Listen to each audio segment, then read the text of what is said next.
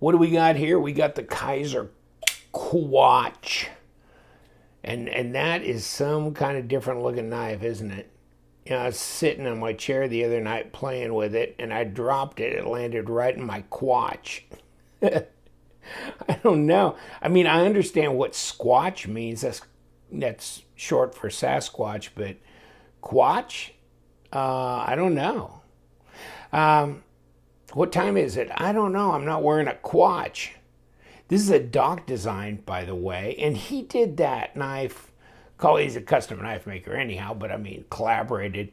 Did one for Kizer called the October, which was 20 CV blade and red micarta scales. Remember that? I did a review on it. Just check a few videos down. It wasn't long ago. But this one is more in their Vanguard series, right? So it's not, what's the blade steel? Oh, N690. Okay, so, and there's their model number, 3574 N2. And this is red. That handle is definitely red. Here's your back spacer, and let me see. I gotta check this out. You know, that's not magnetic. That's kind of strange. The nested liners I can feel, but I can't feel that. And I wonder if that's aluminum. I can't imagine it being titanium, but I mean, it's possible, but that to me looks more like aluminum. And you know, these red scales, they're supposed to be micarta. This doesn't look like micarta at all. I swear to God. I mean, that's what I'm reading. Maybe I ought to check some other sites to find out, but it says red micarta handle. That looks like G10. Ah, yes. Finger flickable. Strange looking blade. Strange looking. And let me show you the dimensions. That's even stranger, you know. Here's the blade. Where are you going to measure it from? 3-inch here, or, you know, it's 3 inches there too, isn't it? Because that bolster rolls up a little bit more, so it stays a consistent 3-inch blade at what, 75 millimeters, something like that. Overall.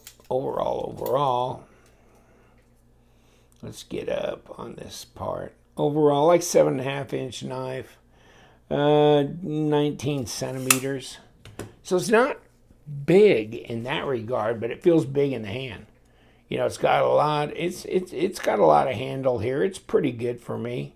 It's not crowding me, and I can go up front here and do that. Now let's see if there's paper we can cut. Okay. Okay, yeah, it does a good job on that. So it's got a good edge out of the box. How much does it weigh? And we'll answer that shortly. 4.6. It feels heavier than that in the hand. I thought this thing would be 5.5 ounces or something, but it's 4.6. I'm kind of surprised. 130 grams.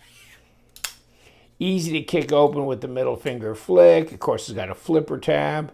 Flipper tab's not too tall or crazy, and it's pretty intuitive. It kind of feels a little guillotine-ish. But actually, more guillotine-ish than a lot of other knives, but not ridiculous. Maybe it's just about right the way it is, don't you think? Okay, how fat is it? The blade just seems like such a hoss for some reason. Nah, 3 millimeters. Isn't that weird? It just gives you a different impression when it's in your hand. 0.11, 0.47. So it's not that thick at 12 millimeters. Go figure. It's not that heavy, not that big, not that thick, and yet I don't know what it is that makes me feel like this is a big knife. I think part of it is that the height here. That's a lot of height there. And the blade is a tall blade too, from top to bottom there. So, but I mean, I guess you could do some slicing with it.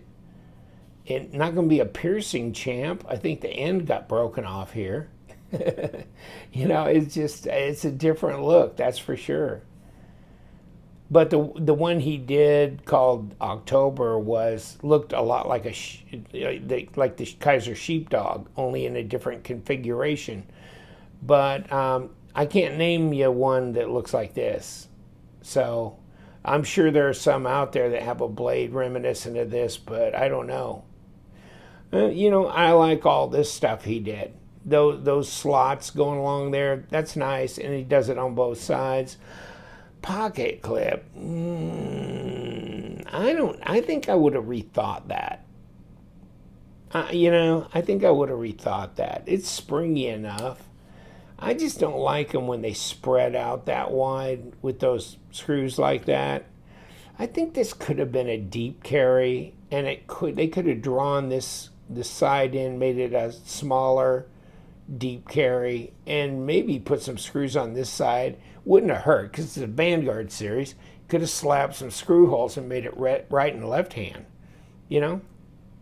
Now you got the liners nested in here, and it looks like they're skeletonized, so that helps with the weight. But that is a big old hoss coming out the back, isn't it? For your lanyard. I guess also, you know, for striking as well, if need be. But yeah, no blade play, no lock rock. Let's see where we are. Well, woof. I mean, since this backspacer goes from Cincinnati around to Detroit and back, wow, yeah, that blade takes all it needs to do, and yeah, the design flows good. It flows good. Interesting. Wow. It's easy to disengage. Drop is really good. Very intuitive on the flipper tab. Not as heavy as you might think. And when I took it out of the box, I thought this felt kind of heavy in the hand. But I don't know why. I mean, but it's, you know, put it on a scale, it's not that way. And there's your balance point on it. Insane. If you have real big hands, this part here may not be good for you, because if you got huge hands, I mean, I'm locked in here, but if you have much bigger hands, you're going to be over like this, which is not a bad backup position, but it just depends on how big your hands are, if that's okay. And reverse grip is comfortable as well.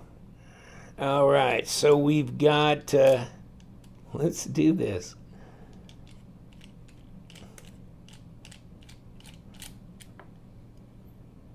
Okay, we got a D-shaped pivot in here, if you can see that. So, hail, that's good, that's good. Now we got number 6s. And dear Kizer, I know you love number 6 screws so dearly, but stop it. Stop it. You could even put number 8s on these pocket clip. I mean, yeah, I've seen it done. Not very common, but I've seen it done. So get your ass off of here. And let's see what we got inside. And it's coming apart on my hand here. Oh, yes. And what do we got? And we're nested in here.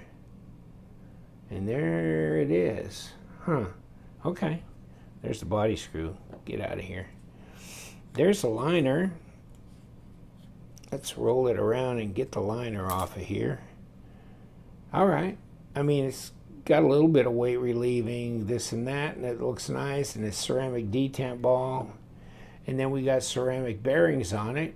So for a rockin', what, $69 and N690, it's not too bad. And, oh well, you know, White Mountain Knives, by the way, you know, just use LTK as a discount code and get $6.97 off. So, okay, you're in the low 60s. And there you go.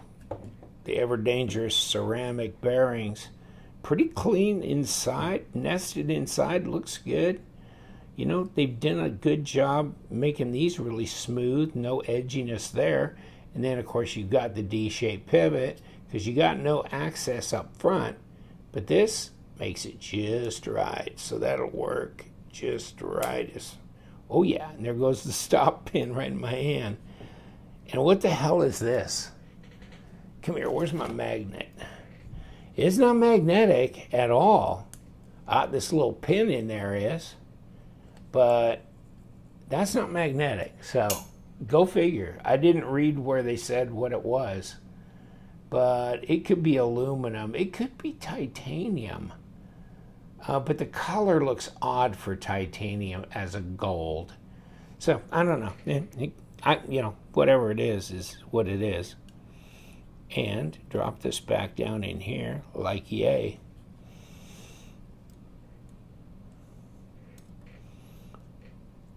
Let's put her back together, and I don't think that's going to be very difficult at all. Let's wipe this up at least. Okay, so we're good.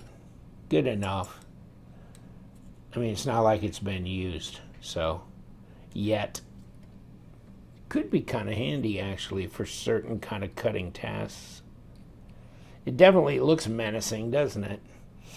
And what am I looking for? I'm looking for a blade stop that fell out my hand earlier. Come on. Oh, everything coming out but the blade stop. Get out of here. I should have put that in before I put the blade on.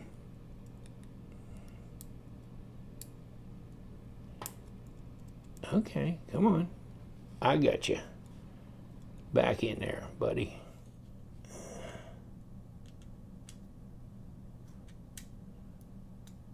All right. Liner. And we're good. Snap down, and no inside screws in the liner. Kind of interesting, but that's a good thing for me. Makes it easier to disassemble. And we got our number 8 here on the pivot.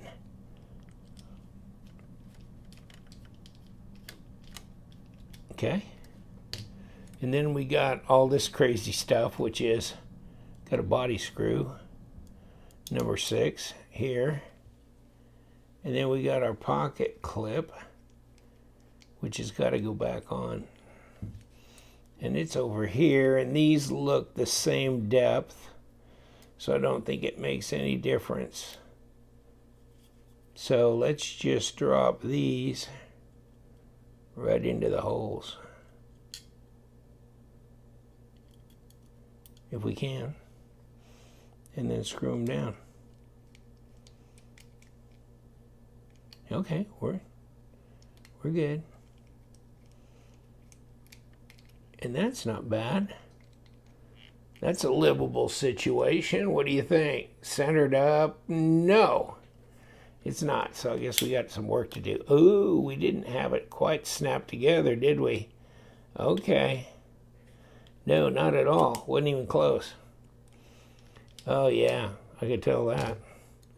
Now where are we? I think we're done. Okay, I think we've got it. Wow, that was a surprise. Okay, it's not as guillotine-ish as it was before. And so, hard to say what your preference is. I can micro-turn it a little bit. Let's see what that does. Oh, wow, that really makes it much more droppy, maybe more than you like. There's, everybody's kind of got their own feelings about that. But it's still centered up. Let me look around the camera. Yeah, it's centered up. It's good. Any play? No, no play. Okay, so you can still adjust it a little bit and keep everything together right. But that's definitely more droppy. That's like it was before. So we got the Quatch dock design. Pretty crazy stuff, huh? Here's the inflammation on this side. So technically they're saying it's under 3-inch blade. And then inside you get a little bit of paperwork, and then there's a microfiber cloth in here as well. And the knife goes in plastic. This sits into this tray and then slides into the box if you're not stopping it with the flap. So you're good there. That's all good to go. Interesting knife. It's a radical kind of design, so it's not to everybody's taste, but it is definitely fidget friendly and pretty menacing looking overall. I'm gonna let you go. Thank you so much for hanging out with me, and sub to my channel if you would, and you might want to join my Patreon group. For as little as $5 a month, you get in on my knife sales 2 days before the public does. You can grab some beauties in there too. And stay sharp, my friends.